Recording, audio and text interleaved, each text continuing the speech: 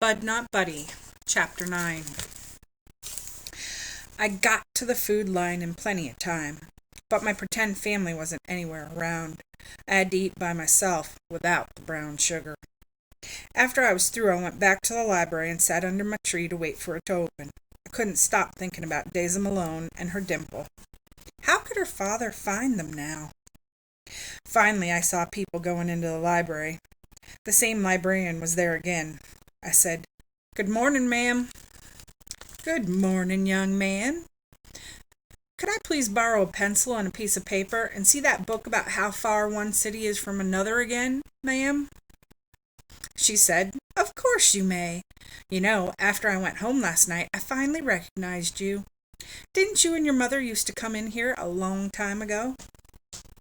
"Yes, ma'am," she said, "and if I remember correctly, you and your mother had quite different tastes in books. I remember your mother used to like mysteries and fairy tales. Isn't that so?" Man, I can't believe she remembered that. "And you're the little fellow who used to come in all the time and ask Miss Hill for books about the Civil War, aren't you?" "Yes, ma'am," she said. "I thought so." She handed me the pencil and paper and the cities book, then said, "And when you're done with the book, bring it back, and I have something special for you." She had a huge smile on her face. I said, "Thank you, ma'am." But I didn't get too excited, 'cause I know the kind of things librarians think are special. I went over to a table and found Flint and Grand Rapids in the lines of the book. I looked where the two lines met, and it said 120. Wow, that was going to be a good little walk. Next, I wrote down 120, then divided it by 5. That came up to 24.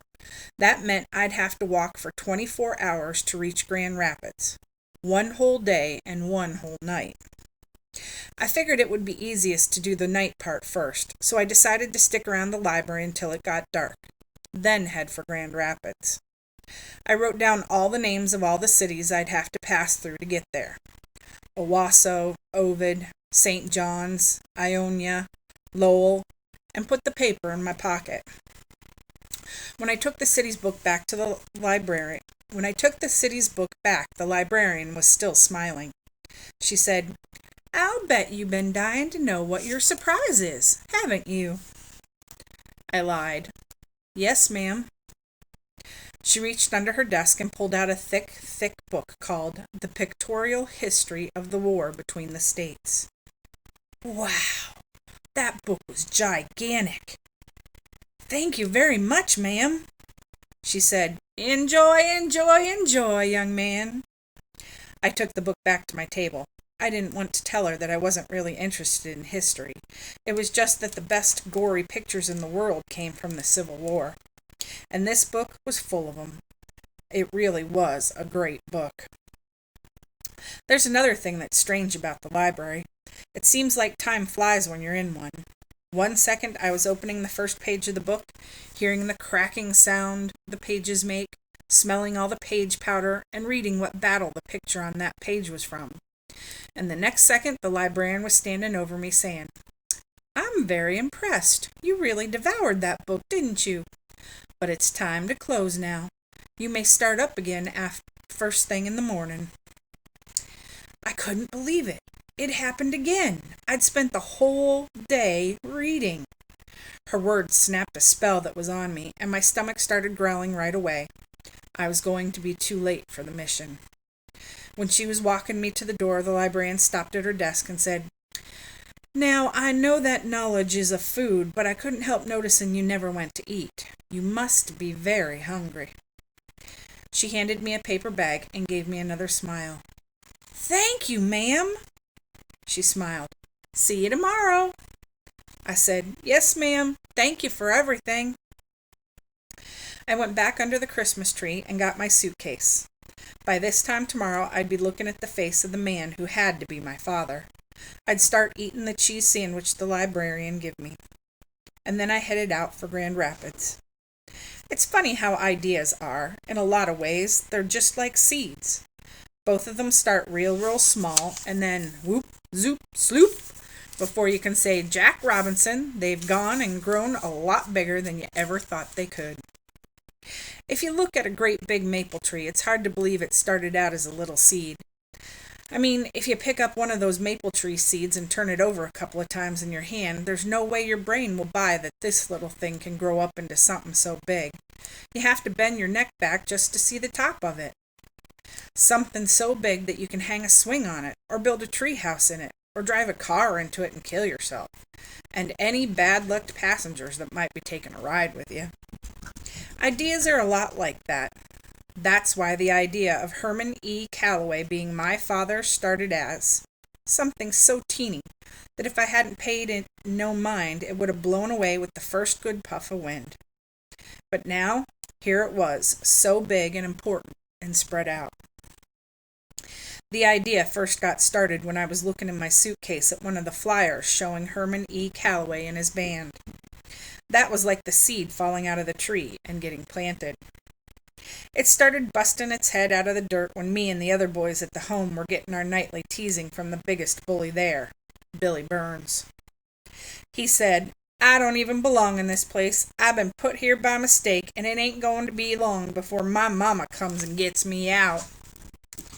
Bugs said, "Billy, how come it's taking your mama so long to find out where you're at?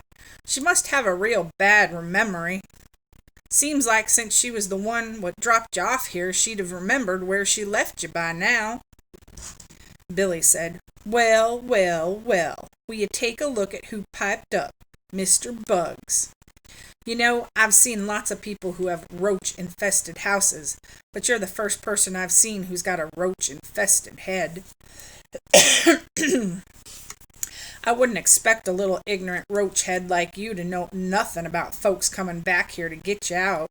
You don't even have no idea who your mama and daddy is. Any fool you see walking down the street could be them." He looked at the rest of us and said, "7 little boys in this room, and not a one of y'all knows who your folks is. This is a sure enough sad collection of souls here, boy."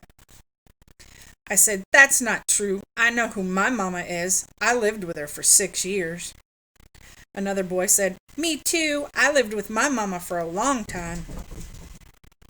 Billy Burns said to me, "Is that right? And what about your old man? How many years you live with him? I got a nickel here, and you know what it says?" Billy'd stole a nickel from somewhere and held it up so the buffalo on it was looking out at us.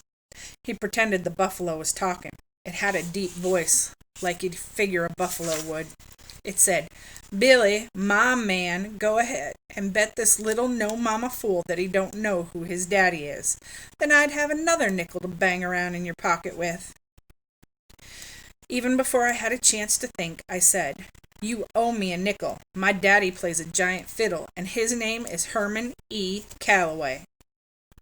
And with those words that I didn't even mean to say, that little seed of an idea started growing. The idea got bigger and stronger when I'd sit up at night and wonder why Mom had kept those flyers.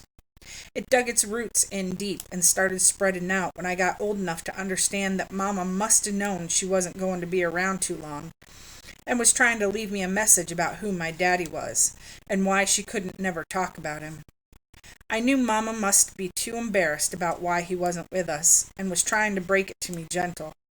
The only trouble was, she waited too long. I mean, what other reason could there be for a mama to keep all these things I have in my suitcase and treat them like they were treasures? And why did I know way down in my guts that they were real important? So important that I didn't feel comfortable unless I knew where they were all the time.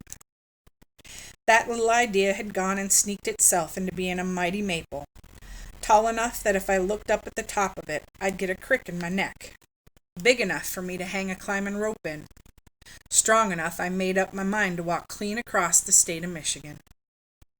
I opened my suitcase and pulled the flyers out before it got dark.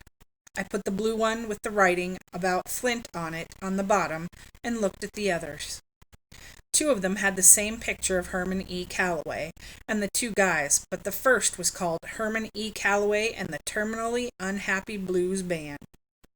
They were called Masters of the Delta Blues, and the other one was called Herman E. Callaway and the Gifted Gents of Gospel, featuring Miss Grace, blessed Thomas's vocals. They were the servants of the Master's salvation. The two other flyers just had little drawings. The first one was a drawing of an accordion and told about a band named H.E. Kalowski and the Wonderful Warblers of Warsaw, who were the masters of polka. The second one was of a picture of some mountains, and it told about a band named H.E. Vonnegut and the boisterous big band of Berlin, who were the masters of all we behold. I put the flyers back in the suitcase and stood up. Just like Bugs, I was going west.